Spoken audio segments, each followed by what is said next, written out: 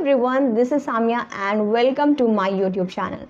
So in this video, I'm going to talk about something which I'm sure most of you are facing right now, and it is all about grammar.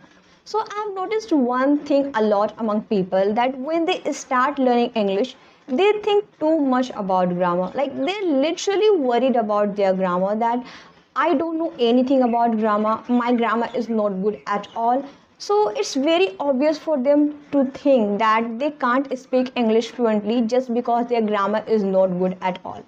I've also observed one thing is that when they start learning grammar, they literally ask this question a lot, that what I should learn in grammar. Where should I begin from? Should I study tense, or should I focus on articles or modals? So what exactly I should study if I'm a complete beginner in grammar and don't know anything?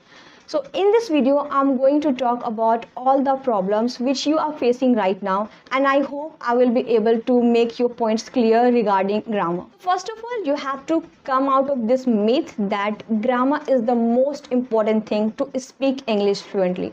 Although I can't deny the fact that grammar does play a vital role to enhance your ability to express yourself effectively in English, it's very important, but you can't only prioritize grammar. I mean, your focus should be more on speaking in English, because that is our ultimate goal. So let me give you my example. So before even start learning English, I did study grammar just for a few days, and within a week I got fed up with that, because it was really overwhelming. I was completely exhausted because of the process. I was not able to understand what I should study, what I should not study. So somebody has suggested me that you should focus on grammar if you have to speak English fluently. And back then my grammar was pathetic. I completely agree with this, because back in school I never focused in grammar. Like we used to study grammar, but we mainly focused on articles and modals, and this was one of the subject I always wanted to remove from my syllabus because it was really overwhelming. It's very funny to hear that we even used to study grammar rules in Hindi, so everything was in Hindi. So this is how our teacher used to teach us, that if a sentence ends with raha hai, rahi hu, then you will have to use present continuous tense.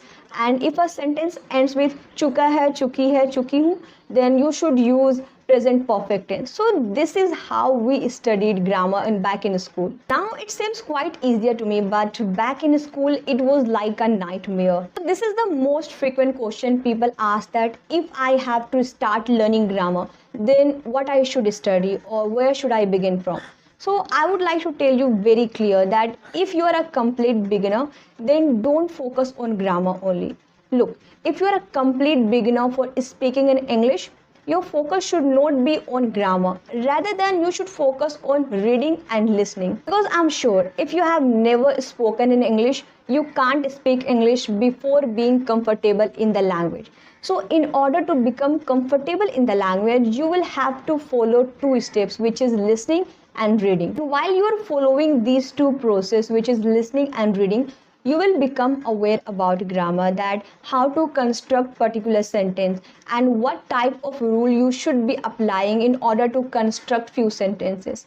And now once you are able to speak English little bit, even though if you're speaking broken English, that's perfectly fine. But if you felt the urge of learning grammar, then you can start focusing on grammar as well. And I would like to make you aware about one thing, that only learn grammar when you are able to speak English even little bit. That would be okay. But before start speaking in English, don't get into grammar, because it will make you so overwhelmed that you would give up learning English on the way. You can take example of yourself. When you are learning your mother tongue, did you study grammar rules or did you learn it anyway? Not at all. You just learned it by yourself and by listening. And I'm damn sure when you first went to your school, you were able to speak your mother tongue fluently without having studied it ever. So the same thing can be possible when learning English. So it's entirely possible to speak English fluently without knowing everything about grammar.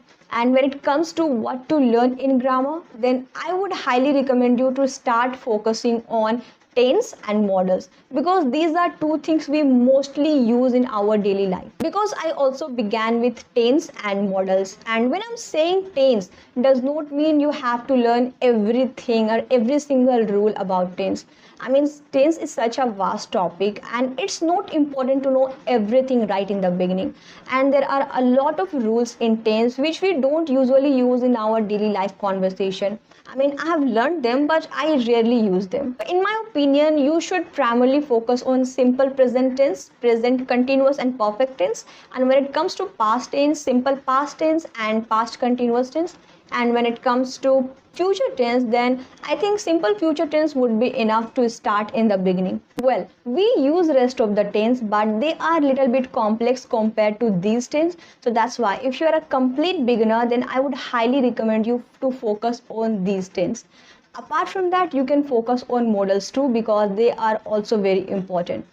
And well, by suggesting this topic, I do not mean that you should not focus on any other grammar rules. You can learn all the grammar rules as per your own wish, but they are just my opinion, which may help you to get little push in the beginning. However, make sure that when you are studying grammar, you do not stop speaking. You have to follow that as well.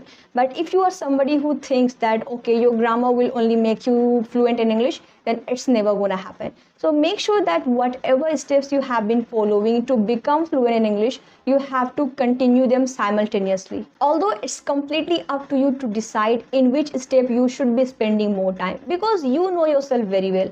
You know what is your weak point and what you are good at. So it's better for you to decide it by yourself. And yeah, please do not focus and believe in this myth that if you are not from English medium and if you have completed your entire academic education in Hindi medium or in any other medium, then you can't become fluent in English. You can still become fluent in English, because I am the example of it. I know it's true that I make a lot of mistakes, but my definition of fluency is completely different from others.